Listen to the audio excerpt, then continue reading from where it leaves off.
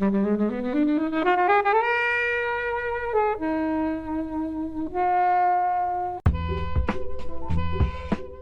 so rare that you get dramas that are like this good with story, acting, subject matter. You can't tear your eyes off it. When you're in it, you're really, really in it. It really is quite gripping. Yeah, there's just something very special about it. It kind of like floors you a little bit. You can't fault, I don't think anyone's performance in it. I think Coleman's fantastic in it as well.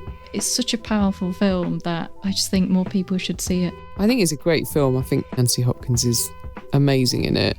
It's a fucking hard watch though, isn't it? Yeah. It's a tough one.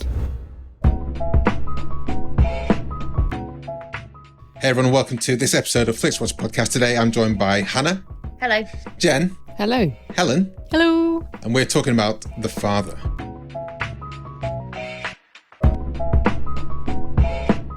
Thank you as always to the mighty people for the mighty, mighty tunes. And thanks to Ben from Rockwood Audio for his awesome editing skills. Please do remember to write a review and rate us on Apple Podcasts and anywhere you can do where you listen to the podcast, because it really does help us. And you can join in the conversation with us on Twitter At FlixWatcherPod and on Instagram at Flixwatcher.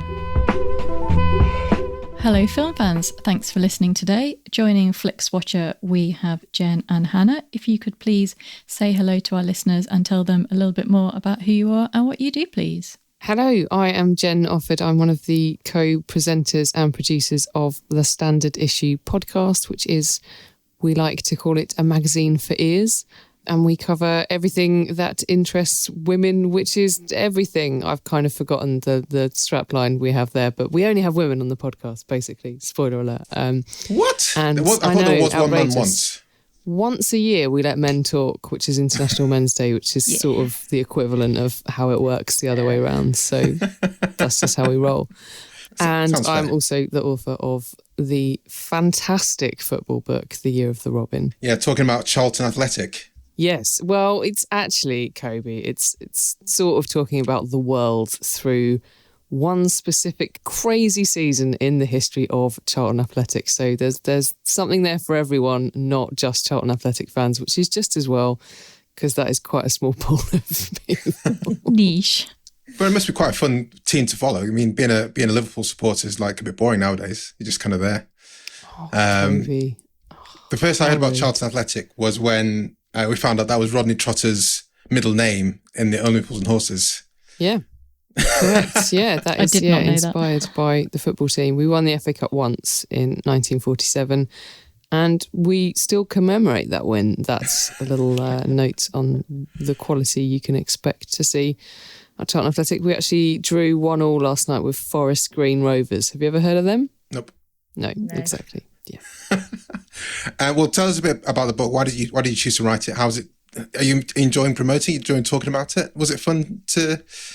Was it a fun project? It was kind of like a nice thing to write, because it's a lot of it is sort of part memoir. So it's kind of about me and my family and my brothers, who are kind of very integral in my relationship with football and sport. So it's kind of nice reflecting on, like, you know, stuff that went on in my childhood. And then also, spoiler alert, I got pregnant while I was following this season. So there's kind of stuff about that as well, and my daughter and the sort of like relationship that people do have with football through their families, I guess. So it was kind of nice, and looking sort of nostalgic, and, you know, thinking about the days when we used to consume football through teletext and Radio 5 Live and all of that kind of stuff. It used to go to like Rumbelows for like 5 o'clock on a Saturday to people to see the scores.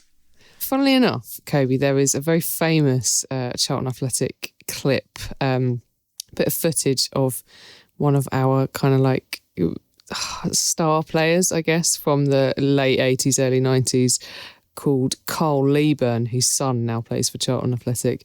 And I interviewed his wife, Tracy, who's the player liaison officer for the book. And there's footage of him winning the Rumbelows Man of the Match award, and he's awarded a TV from Rumbelows in Greenwich for being the man of the match. That is, I mean, Rumbelows is a deep cut, and then you had a story to match it. It makes me really sad that children now won't understand a time when footballers won TVs from Rumbelows as their reward for doing well at football. It was a different time.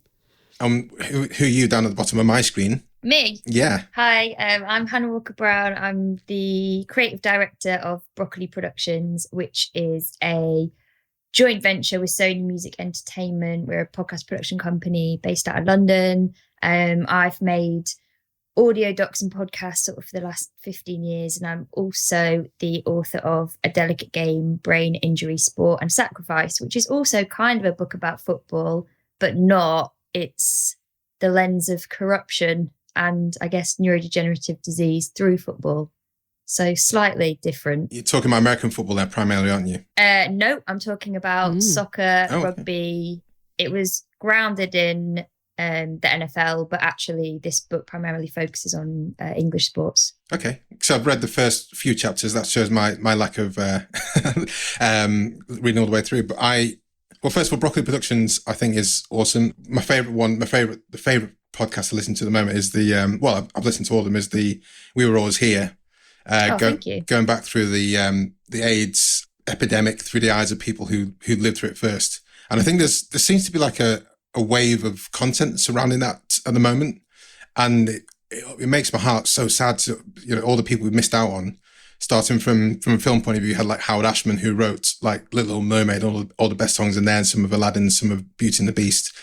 And it's really good to hear these stories uncovered and made human in a way that just hasn't been done for a long time. So that podcast to me, I think is fantastic, and recommend everyone listen to it. But I'm always a big fan of Cancelled as a little cheeky stab at some people. That's the podcast everyone loves to hate, and we just keep making it because we kind of, I don't know, I make both of those shows, so thank you.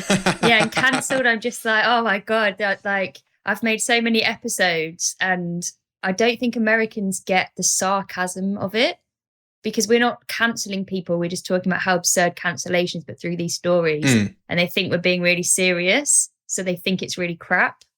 And then I'm like, we should just stop making this. But for some reason I can't. And I just keep making them. And I don't know. But thanks. Maybe it needs more love. I don't know. Can I ask you a question about Cancelled? Sorry. Yeah. Of course. Have you found anyone who's actually been cancelled yet?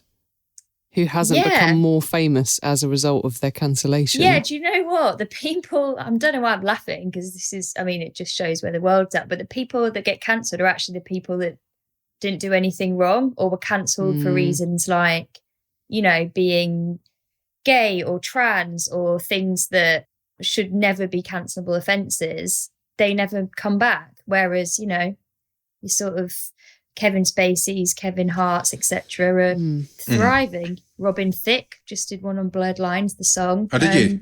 He's having the time of his life. So, yeah, no, if you're a good person, you probably will get cancelled. But bad people make a comeback. Well, tell us about A Delicate Game. Sure. Because that ties in with the film a bit we're going to talk about. Tell us about the kind of premise, and why did you write this? Yeah, don't know. Ask myself the same question a lot. It's really hard writing a book, as Jen can probably attest to as well. So I made a 4-part audio documentary a few years ago for Audible about this subject, in particular Jeff Astle, West Bromwich Albion player, 6 caps for England, and he died very tragically. And his cause of death at the time was dementia, but once his brain was kind of re-inspected, they found chronic traumatic encephalopathy, which is a neurodegenerative disease caused by repetitive hits to the head. I'm simplizing this right now. This is kind of a lot more complex, and I'm going to do this kind of very quick rundown. And I sort of started to hang out with his family a bit, interview his daughter and his wife, who were just incredible women who have sort of been fighting the FA for 20 years to get answers, and were promised a lot of studies, were promised a lot of support, didn't get any, and kind of led this campaign to ultimately make the game safer. And that sort of opened up a can of worms for me. I then started looking into it across all sports globally. And essentially once the kind of podcast was done and that had made an impact, and I'd seen how much of an impact that had made, I just couldn't quite leave it alone and just felt compelled to sort of do more. So the book is a collection of kind of human stories, case studies, but also giving the kind of history of this disease, the kind of, it's entangled in sort of male ego, corruption, masculinity, violence. So the psychological impact, the historical impact, and ultimately just asks how we got here and what we're going to do about it. So it's a kind of investigative and intimate piece, I'd say. I don't know, Jen's read it. Give us a review. It's brilliant. It's a very good read. And the podcast's great as well. Just FYI, if you want to listen to that as well. I became aware of CTE through American football.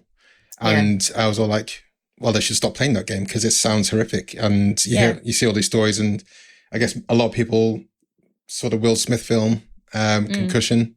But I didn't realise it was an issue. I mean, I used to play rugby as a kid, and now I'm like witnessing that, I was like, oh my God, and I used to be like a front row prop. Like, so I'd literally be in the ruck every day, getting smashed in and out. And so I'm like wholly aware of what's kind of going on, but I didn't realise it was a concern in the game. It's concern in football. Is that due to heavier balls then, or is it less concern now? Or heading? Yeah, heading. There's that's a common misconception about the balls, because actually they're exactly the same. Same weight. Are they? They weren't heavier back in the day. Well, the leather footballs way back, but because they were heavier, they couldn't travel at as much speed. Right. So now the synthetic balls can travel much faster. Right. So the impact's essentially the same. That's kind of a sort of a force equals mass times acceleration. Yeah, and actually this has been around for way longer than anyone thinks. I think it keeps being spoken about as kind of a new phenomenon, but there are papers written by doctors for the FA and PFA like 40, 50, 60 years ago that are pointing to this. There's like conversations that Gordon Taylor had with people recorded on letters about this. So, it's a very shady, scary thing to dive into, but actually, it's not new, and the impact is massive. And I think at the moment, unfortunately, it's just the tip of the iceberg. But yeah, it's heading, it's repetitive hits to the head. And in a match, you might not get that many headers, but it's the drills in training where you're heading the ball sort of 100 times a week. And it's the fact that you play it from a young age. That's the thing that kind of compounds with the NFL, isn't it? And it's, the brain hasn't developed and you're just causing serious damage. And especially if you're kind of, the big thing at the moment is if you're playing in the kind of the Premier Leagues, the kind of upper echelons, you've got access to great medical care, but also you've got time to sit out, like you don't lose your salary if you need to kind of recover. Whereas if you move down to grassroots and kids, that's not a lot of people's kind of main source of income. So if you're playing every week, Saturday, Sunday, you're getting an injury and then you're going to work. So you're not giving yourself the time to recover. And kids as well, like they just copy whatever they see in the big leagues, So that's why it has to kind of shift. It's not just about protecting the star athletes, but that trickle effect that comes down to people that just don't have the same privileges. The weird thing is once you start talking about like not having heading, people get weirdly defensive, and it suddenly becomes like you're taking away the game and it's going to ruin the game. And it's like, we're talking about serious brain injury here, and you're talking about like heading a goal. So the culture is the hardest thing. Like untangling, particularly male ego, I have to say, from this is harder than actually, putting it to the sporting bodies. Because again, I can totally relate to it, because when England are winning, it's the only time anyone's ever nice to you on the tube in London. Like the energy just totally shifts. Like we'd all love that forever, but I don't think taking the Olympic Games as well would ruin that. The Olympics, I remember being on a train. They were announcing who was winning over the tannoy, like not even when the trains were. But like the culture is the biggest thing to change. But it's that thing, like you just don't want to believe the thing you love is bad for you, and that's really hard to kind of reconcile. It's like, when an actor you love is accused of like really awful things, or your favorite film suddenly becomes tainted. Like it's not the same, because this is like other people's lives that are ultimately being damaged. But yeah, it's a really hard one to navigate, because we love football. and we feel it belongs to us, so that's tricky. And that leads to a form of dementia, which segues to the film, which we've taken a while to get to the films, but I think that you guys got two interesting books to talk about. But we're talking about today as a film from Netflix, The Father, which is your choice, Hannah.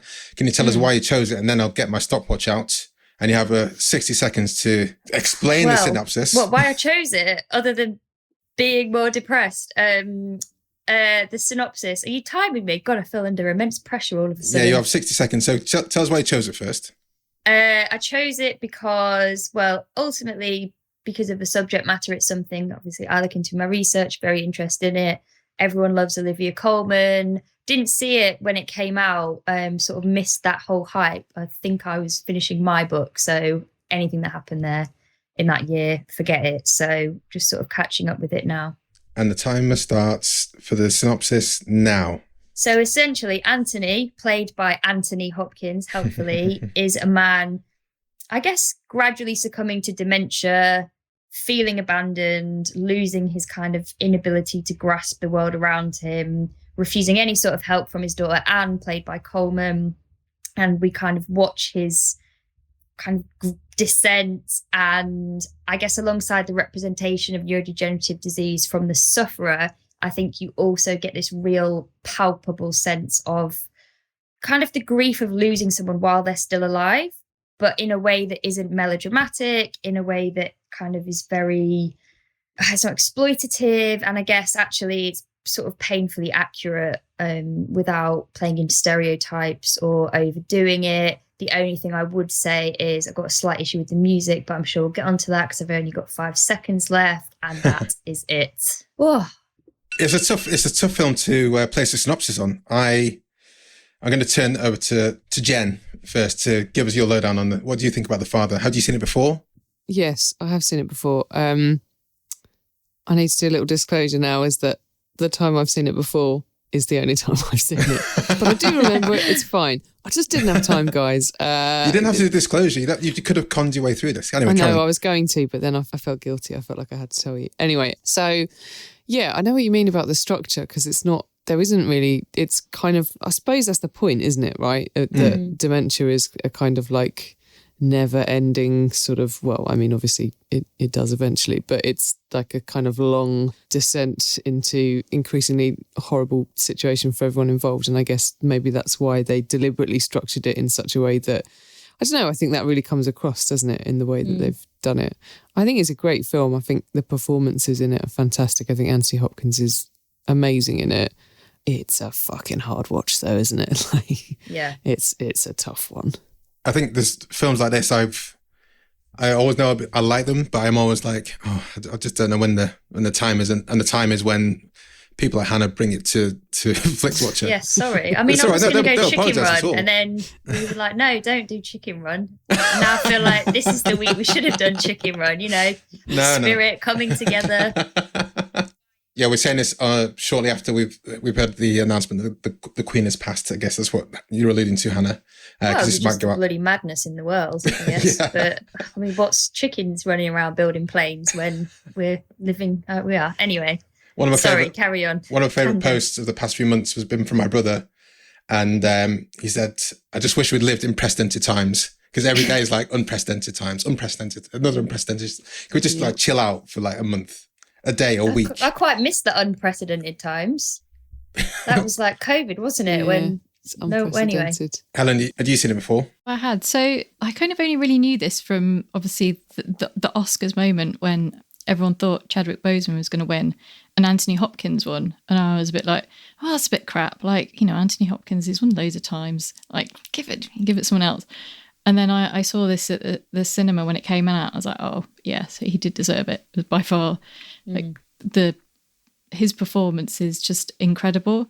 The way he moves through all the different stages it's just incredibly real. And I just found it just a really disorientating experience and really heartbreaking. And it's one of those films where not only do you kind of see the person who's experiencing dementia, but you're also kind of feeling it through the people who are experiencing the loss of the person. Like sometimes films tend to feel a little bit one-sided. But in this, you're getting it at all different angles. And yeah, just like acting is just like top tier. And there's just really subtle differences in kind of the direction and in the way that the set changes, which I assume is probably taken from it being the play before, but subtle changes in like paintings move and things move, and it looks like people are moving in, but they could be moving out. And there's sort of shifting in characters where it could be Anne, but it could also be Catherine, or it could be someone completely different that is only there for one moment. Is Anne 100% Olivia Coleman? I think so, from what I've read. But then there may be instances where what we're seeing through Anthony, he thinks is Anne, but is not Anne, if that makes sense. Well, that's obviously what, well, not obviously, but that's why I interpreted. But also, was it Olivia Williams who played the other version of Anne, and but also played the carer, but also played the nurse in the care home at the end. So that kind of shows that it's bleeding to a lot of different timelines. I thought this film was great. I loved the way it was disorientating. Just the way you touched upon the sets, like Helen. In films, you typically have wildly different sets, so you know exactly where you are. You know, okay, that's this person's house, that's the shop, that's whatever. But the his flat versus Anne's flat, I'm not too sure if there ever were distinct two different places. The decoration changed a bit, but it's ostensibly that kind of flat in that kind of London kind of house flat you're in there, isn't it? So that's where you get the doorway was always like the same kind of dark doorway. So just those kind of subtle set designs and production designs to make us off kilter as the viewer, as well as Mark Gatiss being the first person that turns up that's potentially a suitor for Anne, but then we're not sure if he actually is, because then Rufus Sewell is Anne's husband, who's not supposed to be there because she's getting involved with a guy in Paris. And this Paris story, I love the way this different storylines keep traveling through the whole film, like the Paris, the chicken, the watch. So much chicken. Yeah. And it's like, it just pulls you in. I was fascinated by it. I was absolutely fascinated by it. Yeah, it's interesting what you say about the set as well, because like everything was the same shape, even though things moved in and out. And maybe that is, like you said, Helen, a kind of reference to the stage play, because obviously you're quite limited in what you can kind of move around and maneuver.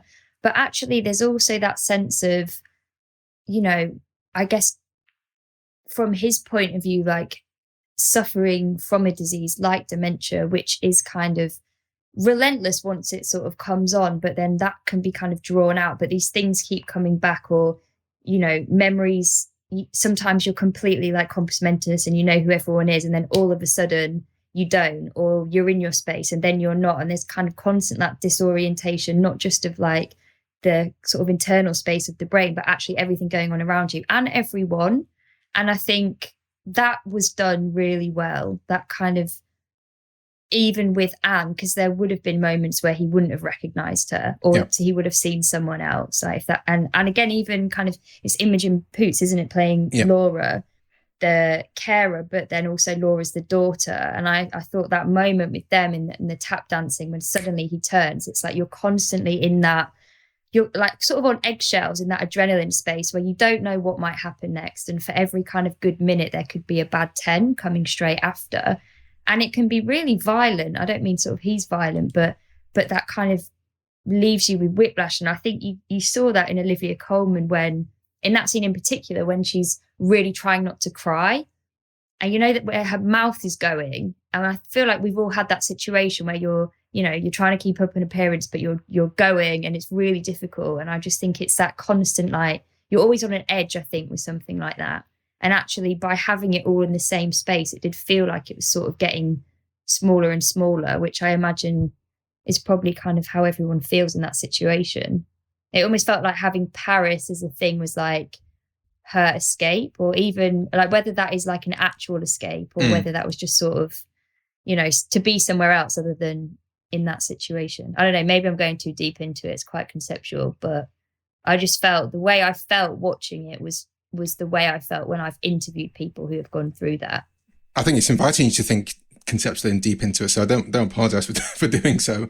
I'm still kind of flabbergasted by what I've seen and what Had anyone seen Ma Rainey's Black Bottom, which is the counterpoint? Helen, do you just assume that it was going to be Chadwick Boseman based on that performance of Ma Rainey's, or was it purely because he passed away and it was a good performance? Yeah, because he'd passed away, and the way they restructured it, and like I was reading about it, and apparently, basically, Anthony Hopkins thought that that Chadwick Boseman was going to win, so he didn't bother staying awake, and the producers thought that was going to happen, so that's why they all kind of like shifted it, and then obviously it was announced, and I mean, his performance, Chadwick Boseman's performance is great. I don't think Ma Rainey's Black Bottom is that great a film, but yeah, it was just that, and it's kind of weird because all of that kind of happening, I kind of like undersells like this performance being like one of the greatest performances on screen. Like, I find Anthony Hopkins can be a little bit hammy sometimes, and I'm not like, oh, he's so great, he's amazing. I'm like, yeah, sometimes it's good, sometimes he's a bit hammy. Oh, yeah.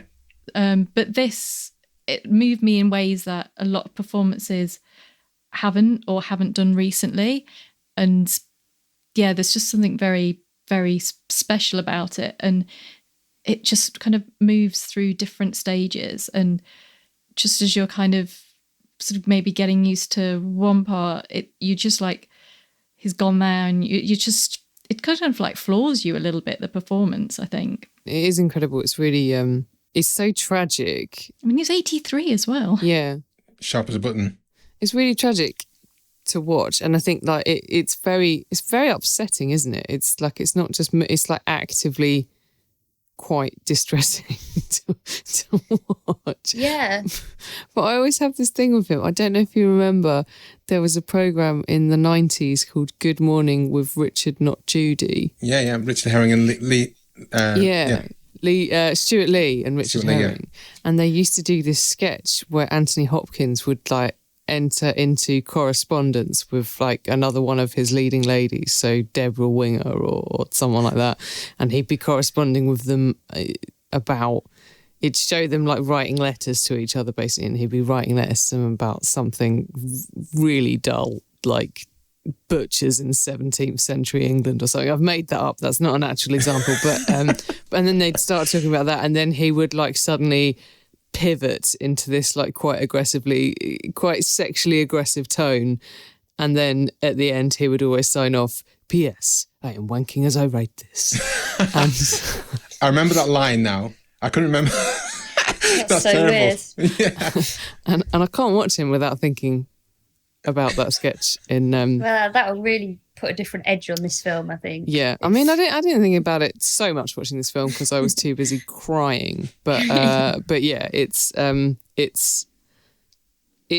just, I don't really know what to say. What hasn't been said already. It's a really, really brutal and devastating watch, and I'm sort of fortunate enough not to have known anyone who has suffered from dementia yet in my lifetime, but the most harrowing thing, and like you say, very disorientating, and you know, that sense of unease and uncertainty about what's going to happen, and the volatility of it, I guess, which is something that I personally find really difficult as well in other people, like volatile people. I mean, no one really likes volatile people, do they? But it's something that I sort of really struggle with.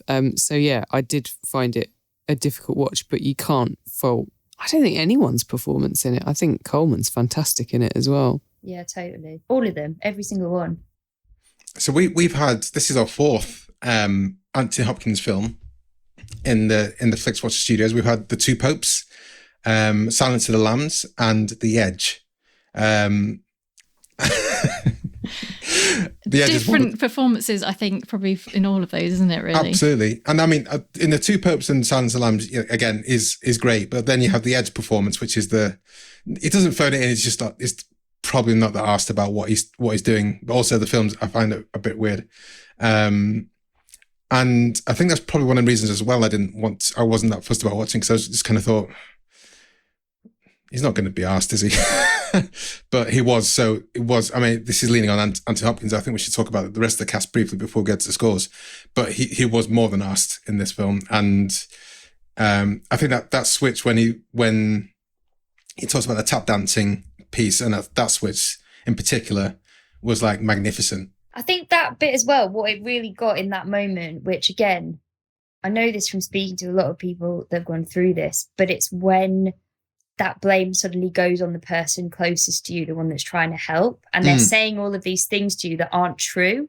And you kind of can't fight back because you don't want to make the situation worse. But then you're kind of having to take all this shit that isn't true. And I thought that exchange between him and Coleman was especially just powerful in that moment. That kind of, he suddenly turns on her, the constant reference to the younger daughter, like she's also kind of the only person trying to help, but is the kind of seen as the evil one. And actually, like, how you navigate that, because it's so isolating for both parties, like the person going through it because your world's just disappearing before you, but then also the person that's being the carer because the person you care about is disappearing before you, and any kind of relationship you've had is disappearing before you. But then on top of that, you're getting all the blame. So I think that's what I did really well. That kind of, the characters were both multidimensional. It wasn't just sort of one-sided, but without being like dramatic or this is so bad. Like nothing really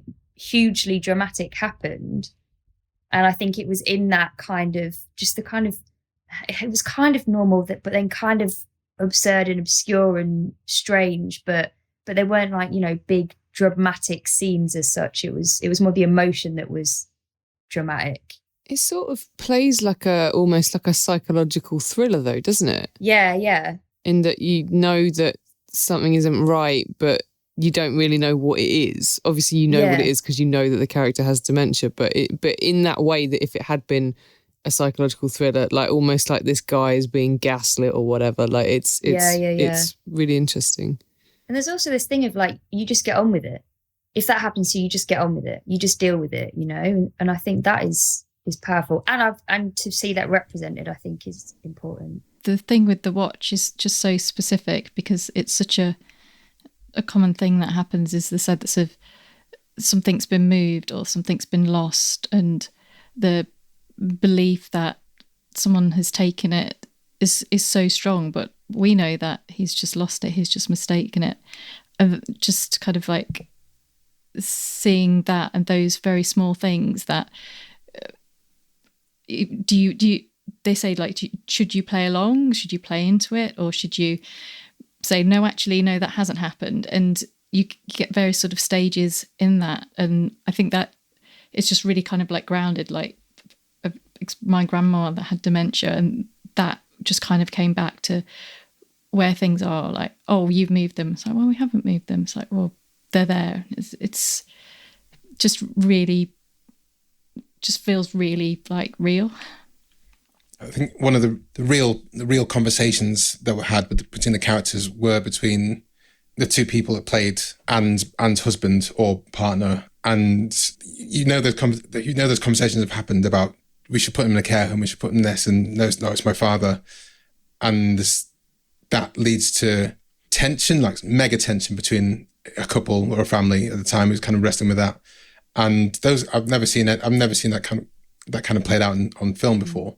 So I was really kind of impressed, but also disheartened by it. I'd hate to be the husband. I'd hate to be the partner that says you need to put your mum or your dad or someone in the care home. And it's almost like a selfish piece, but it's also a mission that we can't cope on. It's an admission that something's wrong here and we're not the people to deal with it. But also it's like, it almost seems like you're uncaring at the same time. And it's a really complex conversation that too many people have to go through. And yeah, again, just that side of it was like head in hand, like, no, I don't want to see this anymore. But yeah, is there anything else guys want to say before we head to the scores? Just don't think it needed that music. What was the music? I didn't notice it. And I know, who was it? Ludovico Einaudi. And I know, like, he's obviously excellent and makes exceptional scores. I just felt if I was watching that on stage live and that was the music, I'd be up for it. I thought it would be amazing. But I just felt in this, at times, that was the only thing that aired a little bit on sort of hamming up the emotion, or I just felt it could have been a bit more still, everything around it. Yeah. For me personally, that was the only thing that I found a little bit sort of melodramatic in places where it didn't need to be, where I thought it was powerful enough without it. I didn't notice the music that much. No, I didn't. But I generally hate that when a film tries too hard to kind of like evoke something. Yeah, it's weird because it wasn't trying to evoke because it was already there. But there were moments where I really noticed it because I always notice music in things. And there was just a couple of points where I thought, you didn't need that. It could have just been a bit more settled because it's so chaotic anyway, the feeling without that. I don't know. That was the only thing for me that I wasn't totally sold on. Do you know what I mean? It's like the way American documentaries work, where they put this bed of like infuriating crucial music over everything, like everything. And it always feels like it's going to like a break, an advert break. And you're like, what? And you're just like, we don't need it. Like we're it's a bit condescending in a way. Like you can't manage to figure out what your emotion should be without it's like it. A laughter track. Yeah, exactly. Laugh now.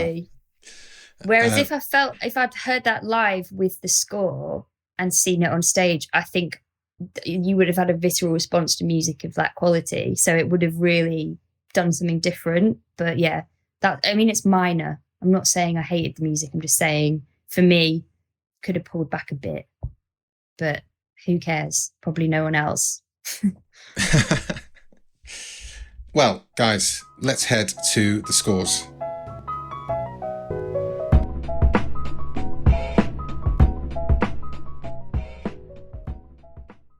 Hello, I'm Kate Lever, host of Who's a Good Dog, the podcast for anyone who's ever loved a dog.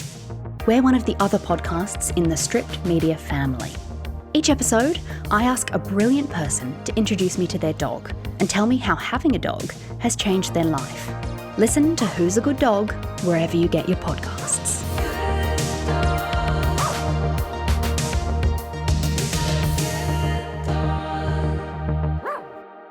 So welcome to the Flixwatcher scores. They are out of 5. You may have decimal places if you wish, and we will start with you, please, Hannah, with your recommendability. I'd recommend, I'd say a 5, to be honest, to recommend, because I do think it's something that everyone should watch in order to gain an understanding of this disease. Jen? I'd have to agree with that, a 5, because it's the performances, they're so good. Like I would recommend something on the strength of the performances alone. So yeah, absolutely, I'd agree with that. I think a 5 is reasonable. Helen? Yeah, I'm going to give it a 5 as well. It's so rare that you get dramas that are like this good with kind of story, acting, subject matter. It's a drama, but it's not overly dramatic and everything feels very personal. And it is a tough watch, but it's such a powerful film that I just think more people should see it. I'm going to go 4.75 and taking that 0.25 off because I think you probably have to prime people a bit and say, look, it's going to be, it's not going to be an easy ride, but it will be rewarding. So 4.75 repeat viewing score. I don't know. Well, yeah, this is where it falls down, right? Hate yourself. No. I don't know. Do you know what, actually, when I was thinking about doing this chat and I was thinking about it, I was like, I probably would watch it again, but with a more like critical, not to like critique it, but just to kind of start to dissect it a little bit more, like why it worked as well as it did. But then I was like, I haven't got time for that. So I wouldn't watch it again for pleasure. I don't know if I watched it the first time for pleasure. I watched it because I had to watch it with you guys. But yeah, but you chose it. Yeah, kind of. I'm going to say like 2.7 unless you're doing like a film degree, and then probably 4. I think it's an interesting case of, I'll talk about it in my section when I get to choose the repeat viewing score. Jen? 2 point whatever is way too high. I will never watch this film again, I don't think. Like I'm glad I watched it, but I don't think I'm going to go back. Let's take this back a step, because you didn't watch it this time round. No. Is that a combination of you were too busy, but also in fairness, I would have watched it this time round. Okay, sure. Out of necessity, but I didn't. And that was more due to being the single mum of a 2-year-old with a more than full-time job and a book to promote. I had intended to watch it, but Yeah. But no, I don't think beyond this, I don't think I would choose to watch it again. If it was on the telly, I might watch it, but I don't think I would be like, right, I'm going to go and sit down and actively pursue it. So I guess I'd give it like a 1. If it was on the telly, I wouldn't like shy away from it, but I wouldn't, yeah. Helen. So am I the only one who's seen it twice then? Yeah. I don't think you need to see it twice. I saw it at the start of this year and I was like, it's only an hour 37. I can do that again. And I was kind of like, well, I'll just watch it again just because it has been a while since I've seen it. And I don't know what I got from it the second time round that I didn't kind of get the first time round. So 1.5. I'm going to go a bit higher than you guys. 1.5, you say. I'm going to go for a 2. And that's because I would watch it again, not anytime soon, but I will because I want to kind of see I'd probably be paying attention to the technicality of it and where the seams change and where the seams are. Because I think about the piano and you see that in the first 2 scenes, but then they're wildly different, those scenes. And you think, and it's also in the same position in that flat, in that what would be that flat, whether it's his flat or Anne's flat. And I'm like, was it the same place? Where are we at this point?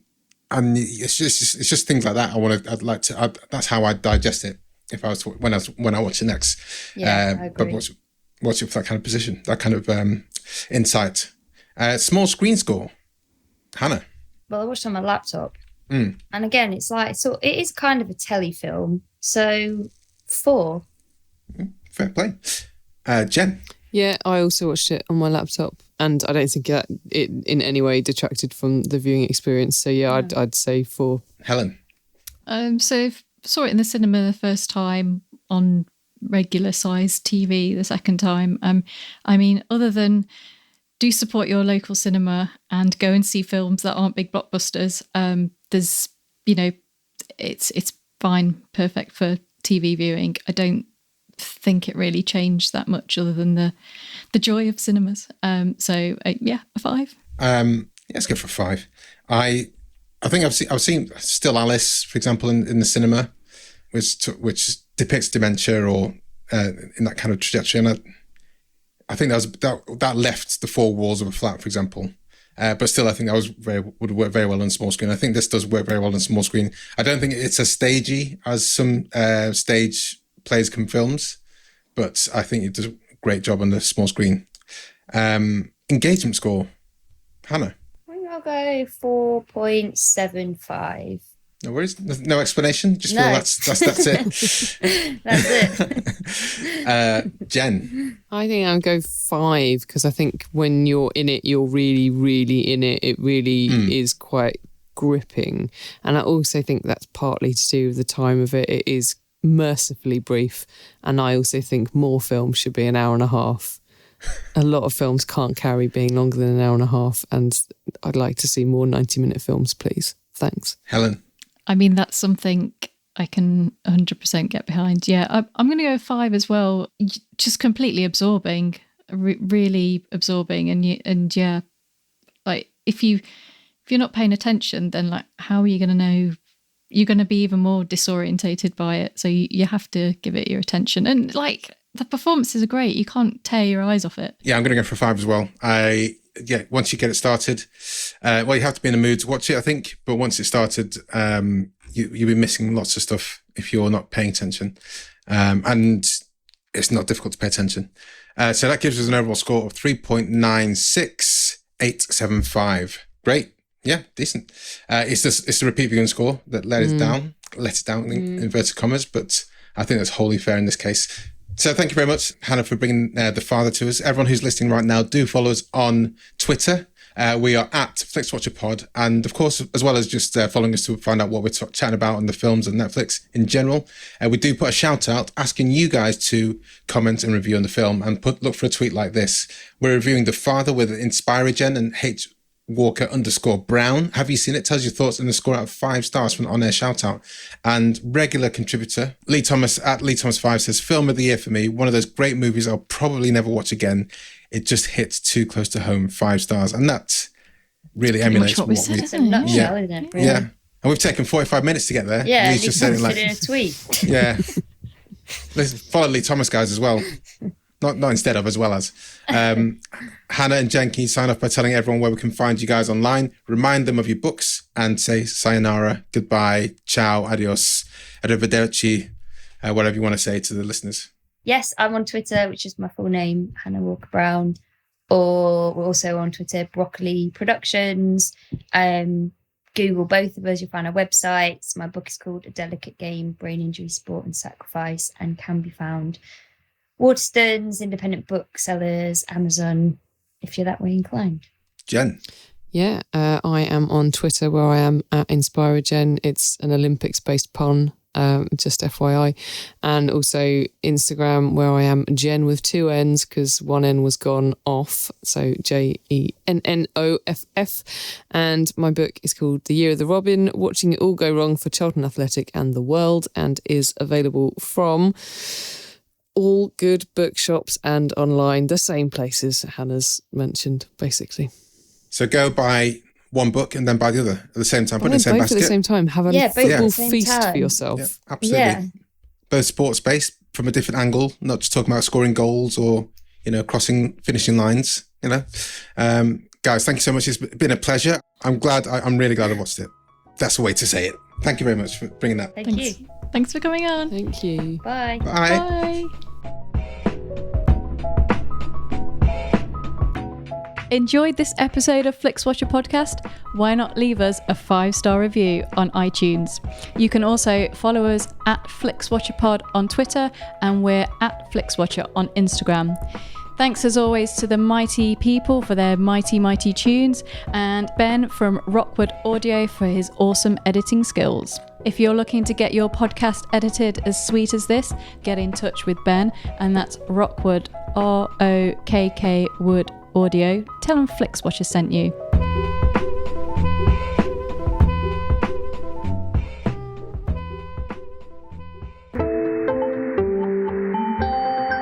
You just heard a Stripped Media production.